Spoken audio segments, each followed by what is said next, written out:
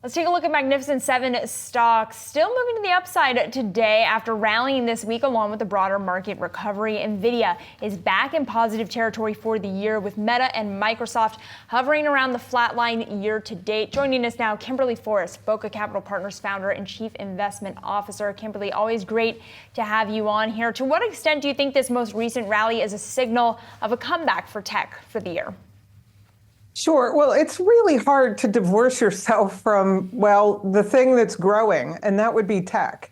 There are parts of the market that have languished, but I think everybody acknowledges that AI is a thing, and the companies that count, which are those in the Magnificent Seven, are not only benefiting from it, Nvidia, I'm talking to you, but also driving it. And that would be Microsoft, Amazon, Meta, and Google.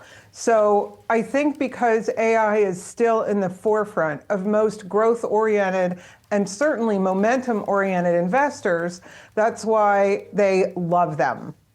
And so, as we're still waiting for, of course, the poster child of AI in the semiconductor trade and really the most magnificent member of the Mag 7, Nvidia, to report earnings, what can they say that either further solidifies the rally at least back to break even over the course of the year, especially knowing that Nvidia and Apple were two of the larger names that had actually led some of the declines and essentially been predecessors to the market decline more broadly that we had seen at the start of 2025? Sure. Well, I think the AI trade is always in question because a lot of people have tremendous amounts of hopes on what it can actually do. And if you let me, I'm probably going to be a little bit of a wet blanket on that because of Meta's latest announcement that Behemoth would not roll out for unspecified reasons, right? They just said, well, it's not ready. We're going to delay it, a couple months, blah, blah, blah. But I think that AI really is a force for the future, and people really want exposure to that. So, why not? Why not pile into the companies that could benefit from it or making it and actually get paid for it? Oh, back to Nvidia. Sorry, I got lost there. Nvidia needs to say that its chips are in demand and that there are no other competitors currently. Because everybody, if you make a semi, wants to replace Nvidia as the preferred chip. So those are the two comforting messages that Nvidia has to say.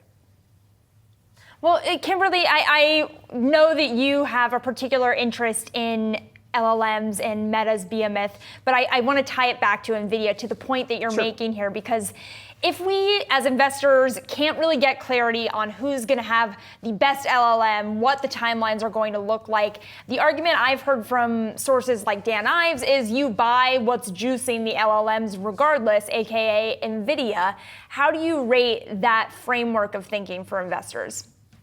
I think that's going to work right up to the point where it doesn't, because what this is a momentum investing play, right? And I love momentum investing when it's working.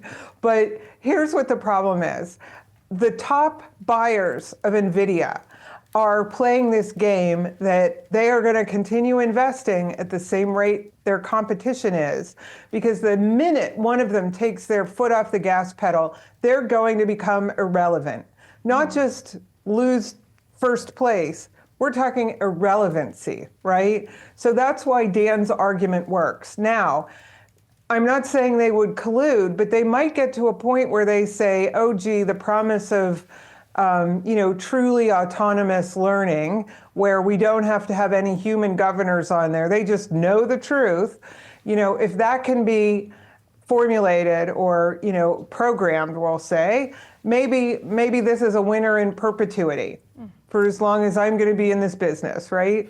But I don't think that's the case. So I think there's going to be bumps along the way where it will call for lower investment, and by lower investment that you don't need every last Nvidia chip that's coming off the line.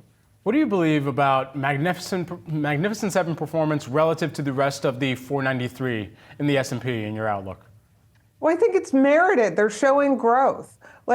I am a growth at a reasonable price investor, so I don't necessarily own a lot of the Magnificent Seven. But I do know this, Wall Street over time rewards growth. And these companies have proven year after year that they have some kind of magic formula to get whatever customers they need. And it's not direct in many of their cases, right? Because Google and Meta, the users don't pay for it, the advertisers do. But as long as you can get paying customers to keep paying, they're going to win.